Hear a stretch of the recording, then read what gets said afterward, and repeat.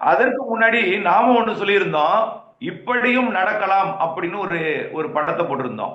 அது ம். எங்கன்னா, இலங்கைக்கு அருகிலே ஒரு காற்றழுத்த தாழ்வு நிலை உருவாகி, பகுதியாகி, மண்டலமாகி, தமிழ்நாட்டை நோக்கி வரும் அப்படின்னு நம்ம சொல்லியிருந்தோம். ம். அந்த அமைப்பு தான் இப்ப உருவாகி இருக்கு. இலங்கைக்கு அருகில ம். அந்த ரெண்டு சிஸ்டம், அதாவது ரெண்டு சிஸ்டம், ரெண்டு காற்று சுழற்சி.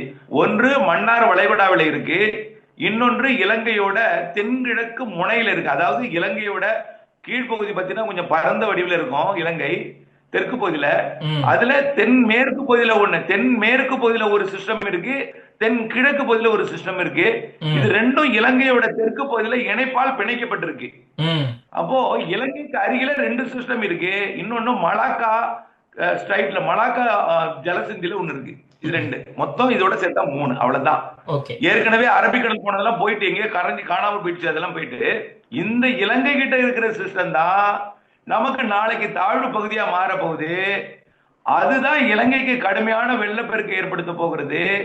இலங்கைக்கு சாதாரண இந்த இலங்கை தமிழர்களுக்கு கொண்டு செல்லணும். நாளையிலிருந்து இலங்கைக்கு அவசர நிலை பிரகடனம் படுத்தக்கூடிய அளவிற்கு இலங்கைக்கு மழை பிடிப்பை தொடக்க போகுது.